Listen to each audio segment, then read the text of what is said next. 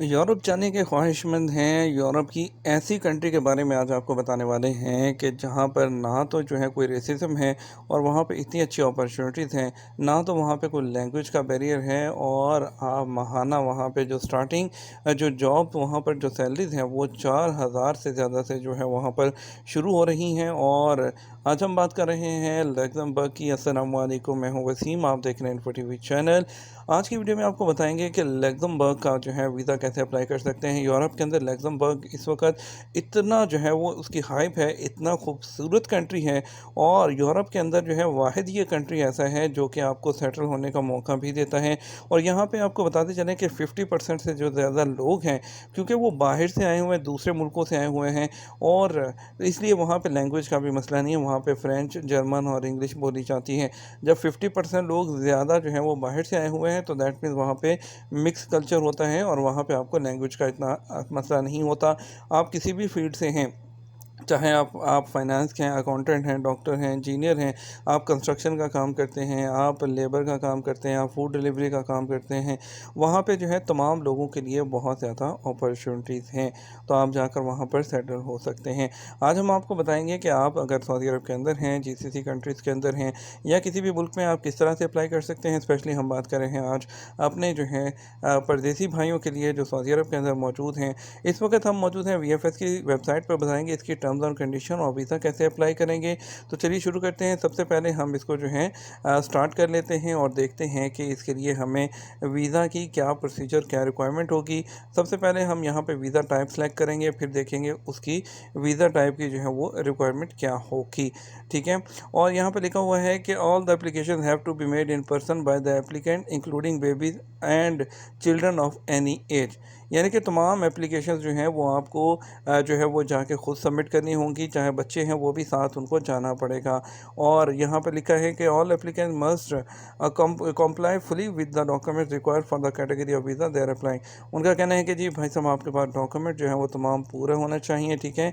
और आप अपने जो वीएफएस के नियरेस्ट जो सेंटर है जो बेल्जियम के लिए, और जो है वहाँ पर अपनी सबमिट करेंगे। और क्योंकि जो बेल्जियम के हैं वही जो है यहाँ पर लग्जमबर्ग को भी जो है उनकी एम्बेसी यहाँ पर देखती है। ठीक है। अब हम यहाँ पे जो है सेलेक्ट कर लेते हैं। सबसे पहले यहाँ देखिए, वीज़ा में टूरिस्ट है, बिजनेस है, ट्रेनिंग है, विजिटिंग फ्रेंड्स एंड फैमिली है, मेडिकल है, ट्रांजिट है, रिटर्न है।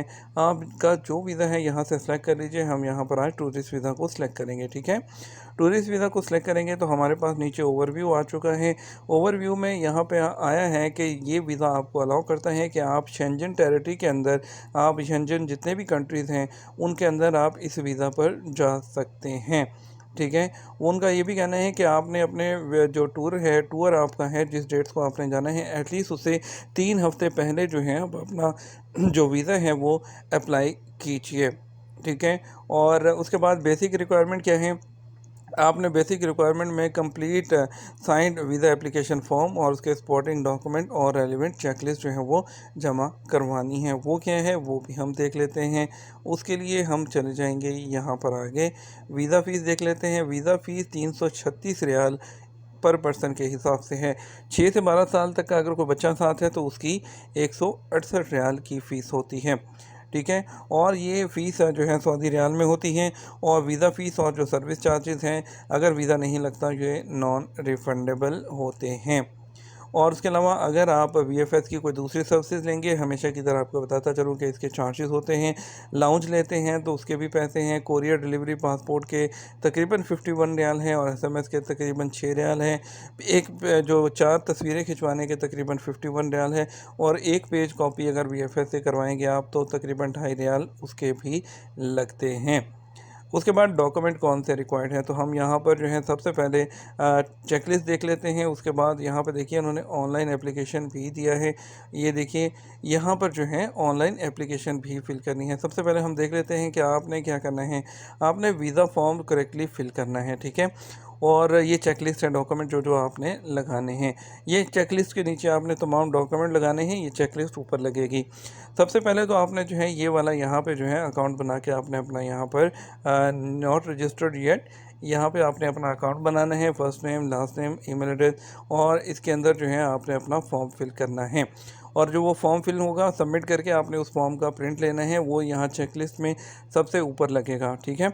उसके बाद 2 रिसेंट बायोमेट्रिक साइज पासपोर्ट जो फ़ोटोग्राफ है, 2 पिक्चर्स चाहिए होंगी, ओरिजिनल आपका पासपोर्ट चाहिए होगा जो कि जो है एटलीस्ट वैलिड हो 1 साल के लिए। यहाँ पे आपने याद ये ध्यान में रखना है कि 1 साल के लिए। नॉर्मली दूसरे मुल्कों में 6 माह तक का भी चल जाता है, लेकिन यहाँ पर 1 साल का मांगा है, ठीक है। आपके पास मेडिकल इंश्योरेंस होनी चाहिए, यानी कि ट्रैवल इंश्योरेंस जो कि 30,000 तक को कवर करती हो। और उसके बाद रिटर्न टिकट होनी चाहिए आपके पास। बैंक स्टेटमेंट पिछले 3 माह की लगानी चाहिए, ठीक है, जो कि स्टैम्प हो, वेरीफाइबल हो। उसके बाद आपने अकोमोडेशन प्रूफ देना है, जिसमें होटल रिजर्वेशन वगैरह हो सकती है। अगर आप किसी के पास विज़िट कर रहे हैं तो आपने उसका कॉन्टैक्ट डिटेल्स देना होगी। आपके कफ़ील कंपनी की जानब से एक सैलरी लेटर चाहिए होगा, जिसमें तमाम डिटेल्स लिखी होंगी। आप कहाँ पे जॉब करते हैं, क्या जॉब करते हैं, आपकी सैलरी क्या है, तमाम चीज़ें ये रिक्वायर्ड होती हैं, ठीक है। और अजनबियों के लिए एक्स्ट्रा डॉक्यूमेंट्स कुछ चाहिए होते हैं। वो एक्स्ट्रा डॉक्यूमेंट कौन से हैं? आपकी इकामा की कॉपी चाहिए होगी। इकामा आपका एटलीस्ट 3 महीने तक का वैलिड होना चाहिए। उसके बाद आपको एग्ज़िट एंट्री चाहिए होती है, ठीक है। और आपने यहाँ पे एक इंटेंट भी उनको दिखानी होती है, शो करनी होती है कि भाई मैं वापस आऊँगा, मैं वहाँ जाके स्किप नहीं करूँगा, ठीक है। उसके बाद आपने बैंक स्टेटमेंट सऊदीज़ के लिए 3 महीने की है, लेकिन नॉन सऊदी यानी कि अजनबियों के लिए ये 6 माह की आपने स्टेटमेंट देनी होती है। जैसे मैंने पीछे पहले 3 माह बताया था, वो सऊदीज़ के लिए है, और अजनबियों के लिए 6 माह की जो बैंक स्टेटमेंट है, जैसा कि यहाँ पर लिखा गया है, वो आपको दिखाना होती है। उसके नीचे लिखा है कि all document must be in English, visa application must be done in person, यानी कि आपको खुद जाके जमा करवानी है।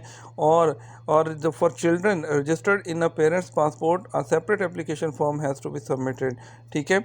उनके सेपरेट से एप्लीकेशन सबमिट होंगे, यहाँ पर आपका साइन होगा, यहाँ डेट लिखी जाएगी, यहाँ वीएफएस ऑफिसर जो है वो सिग्नेचर करेगा, ठीक है। ये आपने सबसे ऊपर ये पेपर लगेगा जो आपको नज़र आ रहा है, इसका आपने यहाँ से प्रिंट ले लेना है। मैं वीएफएस की जो ये लिंक है नीचे दे दूँगा, ठीक है। और इसके नीचे ये जो मैंने डॉक्यूमेंट बताए हैं, ऐसी तरतीब में आपने तमाम डॉक्यूमेंट लगा देने हैं, ठीक है। अब रिक्वायर्ड डॉक्यूमेंट जो हैं वो मैंने सारे आपको बता दिए हैं। फ़ोटो स्पेसिफिकेशन ये देख लीजिए, फ़ोटो आपकी इस तरह से होनी चाहिए जिस तरह से यहाँ पर दिखाई जा रही है। 6 माह से पुरानी नहीं होनी चाहिए, ठीक है। आपका सर सीधा होना चाहिए, और यानी कि क्लियर पिक्चर होनी चाहिए। प्रोसेसिंग टाइम की बात कर लेते हैं। 15 वर्किंग दिन इसका प्रोसेसिंग टाइम होता है, और केस टू केस डिपेंड करता है। टाइम ज़्यादा भी लग सकता है, इससे कम भी लग सकता है। और आपने करना क्या है, उसके बाद आपने जद्दा या दमाम, रियाद जो है, जहाँ पर भी आपने वीएफएस की अपॉइंटमेंट लेनी है, आपने वीएफएस की वेबसाइट पर ही उसकी अपॉइंटमेंट ले लेनी है। और अपॉइंटमेंट लेने के बाद जो वक्त दिया गया है उस पर जो है ये बुक अपॉइंटमेंट की ऑप्शन आ रही है, यहाँ से आपने अपॉइंटमेंट बुक कर लेनी है। आपने वहाँ पर जाना है और अपने तमाम डॉक्यूमेंट वीएफएस में सबमिट करने हैं। अगर कमी बेशी होगी तो वीएफएस ऑफिसर आपको बता देगा। आपके डॉक्यूमेंट्स वीएफएस लेकर एम्बेसी में सबमिट कर देंगे। आपकी जो है अगर बायोमेट्रिक रिक्वायर्ड होगी वहीं वीएफएस पे शेंजन वीज़ा के लिए कर ली जाएगी। और उसके बाद आप अपनी एप्लीकेशन को यहाँ वीएफएस की वेबसाइट पर ही ट्रैक कर सकते हैं। अगर आपने कोरियर सेलेक्ट किया है तो पासपोर्ट लगने के बाद आपको एसएमएस भी आ जाएगा, पासपोर्ट आपका आपके कोरियर पर डिलीवर कर दिया जाएगा।